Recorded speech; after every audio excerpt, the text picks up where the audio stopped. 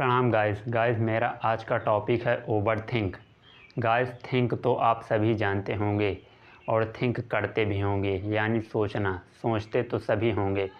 लेकिन जब यही सोचना एक लिमिट से ज़्यादा हो जाता है तो यह ओवर थिंक कहलाता है और यह मतलब हम सभी के लिए ख़तरनाक होता है। ओवर थिंक यानी मैं कहना चाहूँगा कि यह 90% लोगों को होता है और उन 90% में भी 90% मिडिल क्लास फैमिली के ही होते हैं, क्योंकि मिडिल क्लास फैमिली के लोगों के ऊपर थोड़ा सा प्रेशर ज़्यादा होता है और इन मिडिल क्लास फैमिली में भी मेल को ज़्यादा होता है। अब जैसे आप अपने पिताजी को ही ले लीजिए, उनके पास प्रेशर होता है आपके पढ़ाई का खर्चा, आपके सिस्टर की पढ़ाई का खर्चा, उसके बाद आपके सिस्टर की मैरिज का खर्चा। तो इस सभी को उन्हें बैलेंस करके चलना पड़ता है और इनकम भी उस हिसाब से थोड़ी कम होती है। तो गाइस इसे हम आपको एक उदाहरण से बताना चाहूँगा मेरे ऊपर। जैसे मेरा एग्ज़ाम है और मैं एग्ज़ाम देने जा रहा हूँ ट्रेन में। अब मैं ट्रेन में बैठा हूँ तो मैं सोच रहा हूँ कि मेरा एग्ज़ाम कैसा जाएगा, एग्ज़ाम में क्या क्वेश्चन आएगा। वे क्वेश्चन पता नहीं मुझे आ रहा होगा कि नहीं आ रहा होगा, यदि नहीं आ रहा होगा तो कैसा होगा, यदि सारा क्वेश्चन आ जाए तो मैं कितना खुशी खुशी घर वापस आऊँगा। और मैं ऐसा सच में मेरे साथ होता है।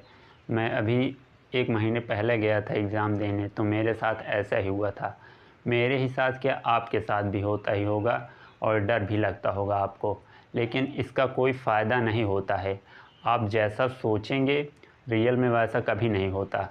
भले आप कितना ही सोच डालें, सोचते रहिए, आप पूरा दिन सोचिए, लेकिन वैसा कभी नहीं होगा।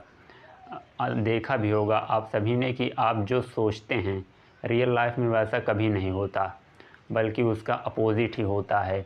जैसे आप सोचेंगे कि आज मेरे साथ ये अच्छा हो जाए, ये तो अच्छा तो कभी नहीं होगा, बुरा भी नहीं हो सकता, लेकिन वैसा तो कभी नहीं होगा। तो मैं कहना चाहूँगा कि ये ओवरथिंक एक प्रकार का मतलब मेंटल वो होता है जो ज़्यादातर उन्हीं को होता है जो मानसिक रूप से कमज़ोर होते हैं।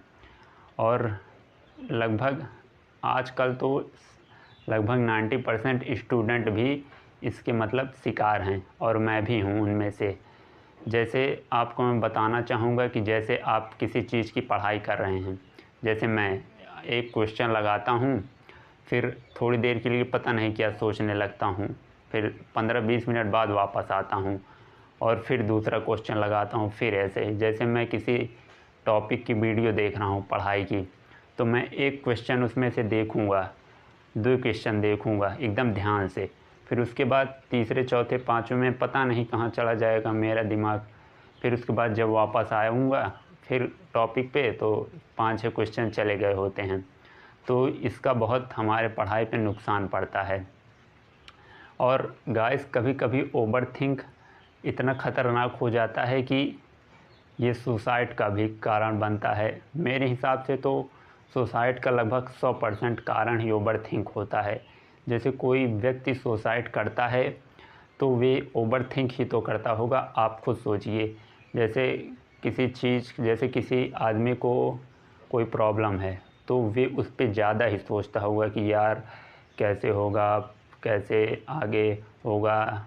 मतलब जैसे आप एग्ज़ाम्पल ले लीजिए, किसी का कोई लड़का जैसे सुसाइड किया एग्ज़ाम के लिए, तो उसका एग्ज़ाम ख़राब गया था और उसका लास्ट अटेम्प्ट था।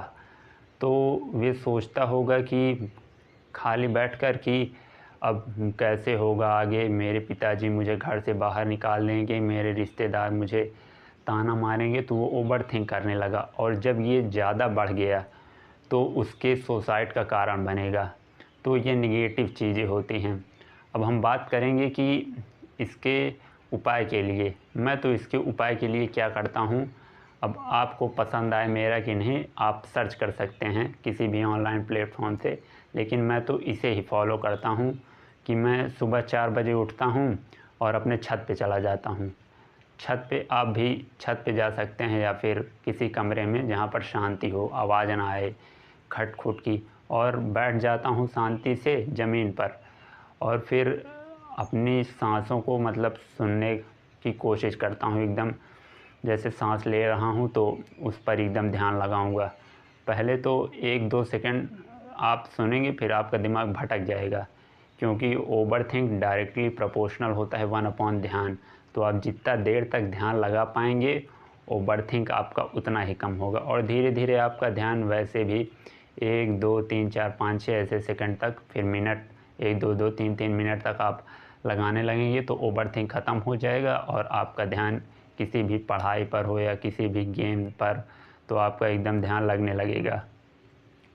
तो गाइस, मैं यही कहना चाहता हूँ कि आप ऐसे कीजिए और ओवरथिंक को ख़त्म कीजिए, क्योंकि ये आजकल कंपटीशन के ज़माने में ये लगभग 90% स्टूडेंट्स को होता है, और कई स्टूडेंट इसका जो ज़्यादा शिकार हो जाते हैं वो सुसाइड की ओर जाते हैं।